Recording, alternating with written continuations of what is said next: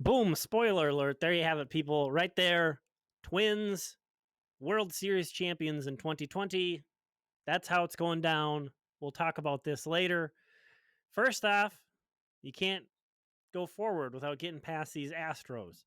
Let's take a look at this first round matchup, this wild card matchup. The Twins and the Astros. The Astros finished with a 29-31 record, a losing record.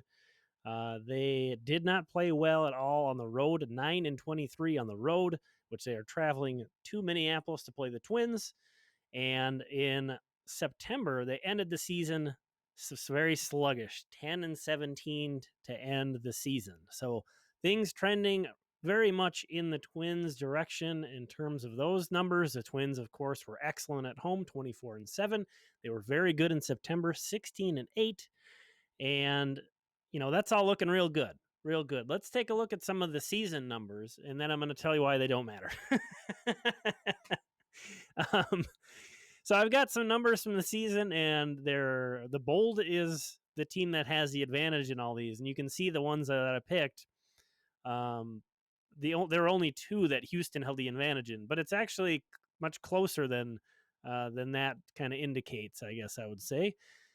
So we can see here the batting isn't that much different. You can see the Twins held a nice slugging percentage advantage, but WRC plus, which 100 is league average, the Twins are only at 101. Houston's at 100. Well, what explains that gigantic gap in Fangraphs WAR? The 9.6 for the Twins hitters, 5.7 for Houston. Well, it's not the hitting, it's the fielding. I don't think most Twins fans really consider this an excellent fielding team. But they blow Houston out of the water in that regard during the regular season. As you can see, the Twins, they're positive in UZR and defensive runs saved, and Houston is negative in both of those. So again, this is just sort of snapshots. We're not going to get into too much detail. Starting pitching, there you see all the numbers. Very big difference in ERA. However, Houston does hold the advantage in K percentage and walk percentage. In the end of the day, the Twins end up holding the advantage in WAR. Relief pitching, we saw fielding was the big sort of separator in terms of the lineups. Relief pitching is the big separator in terms of pitching. Look at the ERA and the whip, even the K percentage and the walk percentage especially. So you can see how the Twins had more than 3 times as much WAR from their relievers as Houston did. Now, the thing to keep in mind why I'm saying this stuff maybe doesn't matter too much, the way these managers are going to use their teams is going to be completely different.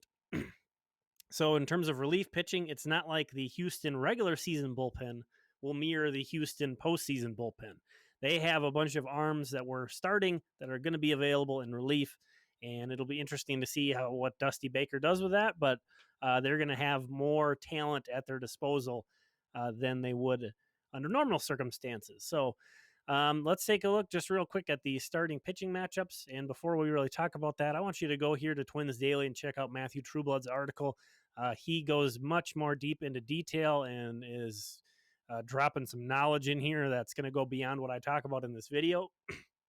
I will leave a link in the description. Go check that out as soon as you're done here. But as it stands right now, we have Kenta Maeda versus Greinke in Game 1. Houston is officially TBA in the next 2 games. The Twins are going Barrios Pineda. And, is it Urquidy in Game 2 and McCullers in Game 3? That's kind of what at least the expectation is. But they do have Framber Valdez, Christian Javier.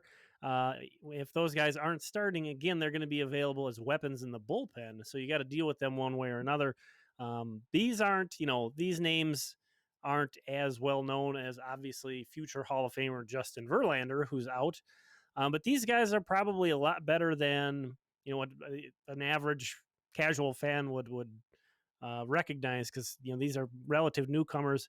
Urquidy did have a nice performance in the postseason last year, but let's take a look at how I see this working out. Just to end with my predictions. Before we get into it, I'm not going to be surprised by basically anything. We talk a lot on this channel about, the wonderful randomness of baseball and how weird and crazy and strange it can be. And that makes it hard for me to really sort of puff out my chest and put a lot of confidence in any kind of prediction I'm making because I could see the Blue Jays beating the Rays. There's just a lot of outcomes that would not surprise me at all with how this goes through, especially with this wild card round being only 3 games. I don't know if there's any, if the Brewers beat the Dodgers, I wouldn't be that shocked. And I think the Dodgers are by far the best team in baseball.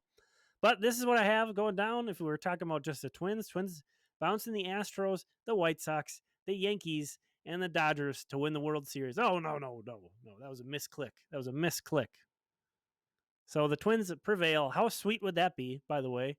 You beat the Trashstros, you beat the White Sox, you beat the Yankees, and then you get revenge for the 1965 Twins by beating the Dodgers. Twins fans think they're cursed with the Yankee thing. Dodger fans have had it rough too. Their teams are always excellent, and they've had a really hard time getting, they got beat by the Trashstros in the World Series. But in a lot of the other years, they've been the best team. They haven't even gotten that far. So we're going to count on one curse ending and the other one continuing here in that late trend. It was really tough to pick some of these, to be honest with you, especially San Diego, LA. That's going to be a great one. Even in the first round, this Atlanta Cincinnati one was tough for me. I ended up going with the Reds, and even they advanced to the NLCS for me, but that was still, even just back to the first round, was tough. I don't see a team that's not dangerous in the American League. I mean, Toronto, and then obviously Houston with the losing record. We pointed out there's a lot of ways that they're pretty similar to the Twins, and then some of the ways that they're not might be they might be able to fix with this short series, only potentially only playing 2 games. So dangerous team. The Blue Jays, they have a lot of talent, so anything can really happen. That's how I have it going down. I don't think any Twins fans are gonna be too bummed about that.